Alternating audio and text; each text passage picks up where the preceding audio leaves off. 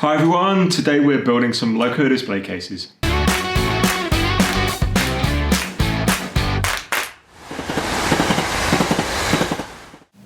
Hi everyone, I'm Martin, welcome back to Donnington Castle Model Railway.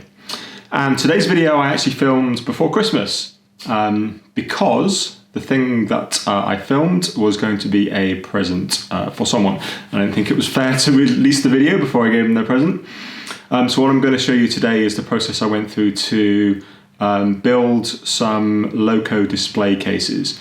So as you'll see as we go along, they are covered cases to keep obviously the dust and everything off your models, but with a decorated scenic bottom to it.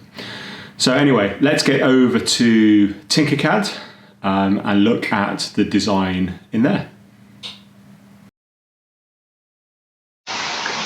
Okay, here we are in TinkerCAD and we have our display case all set up here. The pieces for the Perspex I've done as holes, just so you can see through them and see what the finished look's going to be like. So if we rotate round, we can see that there are a total of 5 pieces of Perspex. We have 2 ends, 2 sides and a top, and I'll talk about those dimensions in a second. For the base, we have a bottom piece. We then, inside that, have another piece on top of that, which is going to form a lip around that for the case to sit around. On top here, a piece here that's just demonstrating where the kind of the cork and the track will be. So our Perspex pieces, if we look at the dimensions, we can see that they're 3mm thick. Let's lose this out of the way. We can see that they're 345 long and 85 high. And then for the end pieces, they're also 85 high. Again, they're all 3mm thick and 80mm long. And then the top piece, you might not be able to see it very well, but the top piece sits flat on top of all of those. So this side piece will be joined to the end piece. They will form effectively an enclosure, and then this top piece here will pop right on top there. That means it's the biggest dimensions. It's 345, which is this entire length, and then 86, which is the 80mm of the end, plus then 3mm for the thickness. So that sits on top there, and again you can see that's 3mm. For the base, we have this bottom piece of 5mm, and then the smaller piece inside it is 3mm. This is 80 by 339, and this bottom piece is then 90 by 349, and that's going to give a very slight lip just around the edge. Okay, so the challenge we have when working with clear Perspex is that the laser cutter that I have is a diode laser, and a diode laser works at a wavelength that will pass through transparent materials like glass and Perspex, clear Perspex that is. That means that we're not going to be able to cut these pieces on the laser cutter. Therefore, a good solution to that is to actually find a company that will supply custom cut pieces of Perspex. There were quite a few of them available, certainly in the UK, and I'm sure wherever you live there will be a supplier. So for me, it was just a case of, with that supplier, putting the dimensions of each of these pieces, which we've seen are the right dimensions from building a model inside TinkerCAD, and then ordering those up. Now the downside is that the minimum order size wasn't big enough, or was too big for me ordering, even ordering kind of 6 of these, the kind of bits of Perspex for this case. Therefore, I made the decision that whilst I could technically cut these base layers on the laser cutter, because they're going to be made out of wood, that actually it made a lot of sense just to add those onto the order in order to make it up to the minimum order size for this particular provider. So I decided to get these 2 pieces here also cut for me out of MDF. So the materials I'm going to be working with are MDF for the base and clear Perspex for everything else. So all I need to do is to make a note of the sizes of all these, put them into the website and get that ordered up. When that all arrives, then we will start assembling. We'll start by assembling the clear case that's going to go over the top of our model. Okay. Okay, so the first thing I'm going to do is build the cover for the display case. So that means getting one set of the Perspex together. So that means that's two end pieces, exactly as you've seen them in TinkerCAD. Now from the provider, they all come in kind of packs of each particular piece. So just separating those off. So that's the top piece. So there's one of those. And then there are going to be two side pieces of exactly the same size. So we'll just grab those. Now, once we've got all of those, we're going to start construction of that and using some little jigs that I've made on the laser cutter. Just one note that often the Perspex will come with a kind of a cling film like the plastic protection over it, so make sure you remove that before you start gluing anything together, otherwise things are going to go very wrong. The general idea is that as per the picture, the sides are going to stick on the end like that, and then that piece is going to fit on the top like that. All of these have been cut to exactly the right size by the people providing them, so that's great. So yeah, there you can see that plastic film that make sure you remove before gluing. What I'm going to use for gluing is glue and glaze. The reason for selecting that is that means that if I get any on the Perspex, it's going to be really easy to clean off and it's not going to kind of spoil things. Now the jig I mentioned is here. It's a laser cut bit of wood with some holes in it so that any kind of excess glue can drip through and not kind of affect it sticking. And then there are some 3mm grooves cut into that. So what that means is that the Perspex, being 3mm, can just kind of sit in there.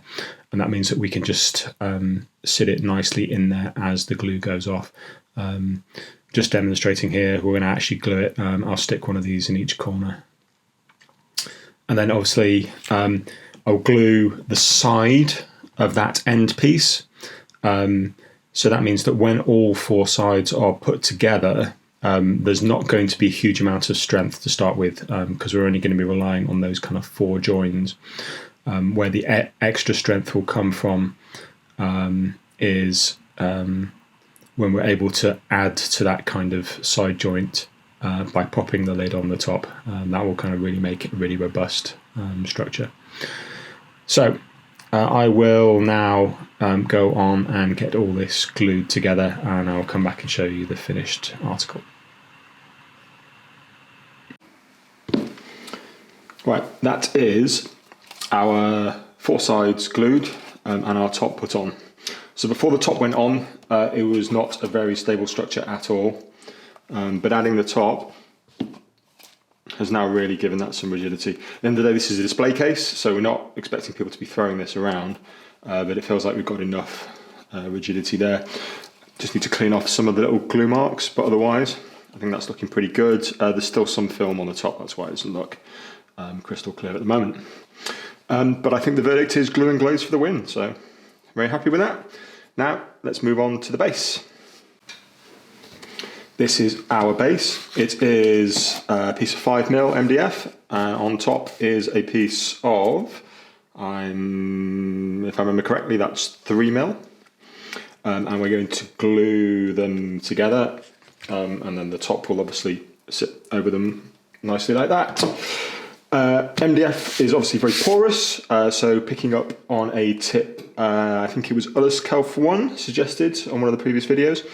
I've been going over these with a 50-50 water PVA mix, and we'll see if that seals the MDF and means that the paint will not soak in so much, meaning that we don't need to apply too much paint to it. All I'm going to do is get these glued together. As I said, make sure everything's covered with that PVA mix. Make sure everything's sanded down.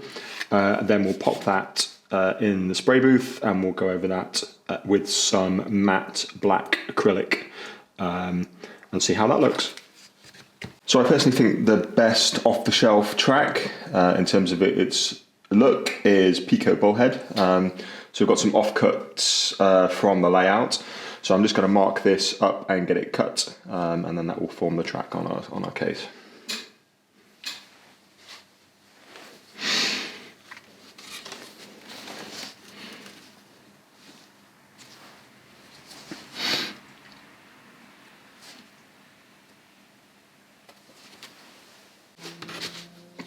Right, that's our track cut to size, and the ends just filed just to make sure there's no rough edges on them. Nothing's going to run on this track, but I am going to use some cork underneath the track just to make it easier to create a ballast shoulder.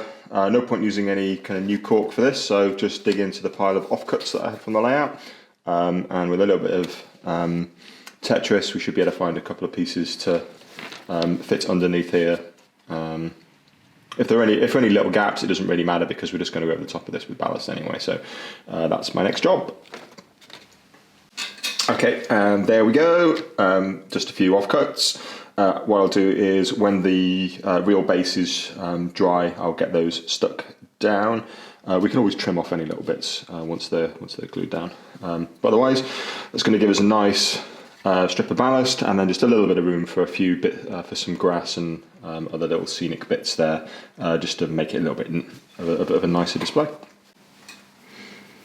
So while we're waiting for the base to dry, I've just been over the track using my standard technique, which is rail match light rust on both sides of the rail and the chairs. So we'll just leave this to dry now. So next job is to get the cork stuck down, so I'm just using neat PVA for this.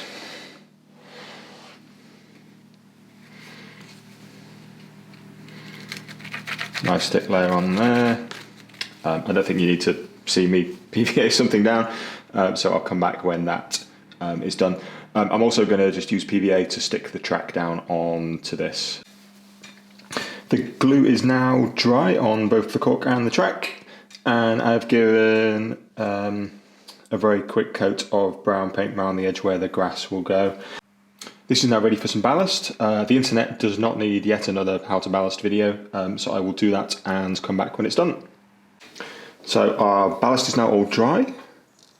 So this is looking good. What we want to do now is a little bit of weathering. So I'm just going to get the airbrush and go over this with some sleeper grime. That's just going to tone down the ballast a bit, but also tone down this rust on the rails. Once we've been over that with the airbrush, then I'm going to get some precision paint oil spill paint out, and just kind of mark up some sections down the middle just to give it a little bit more of a used feel. Given that it's a display model, I'm not going to go over when any kind of brake dust or anything like that, but we'll kind of see how it looks after after we've toned it down a little bit.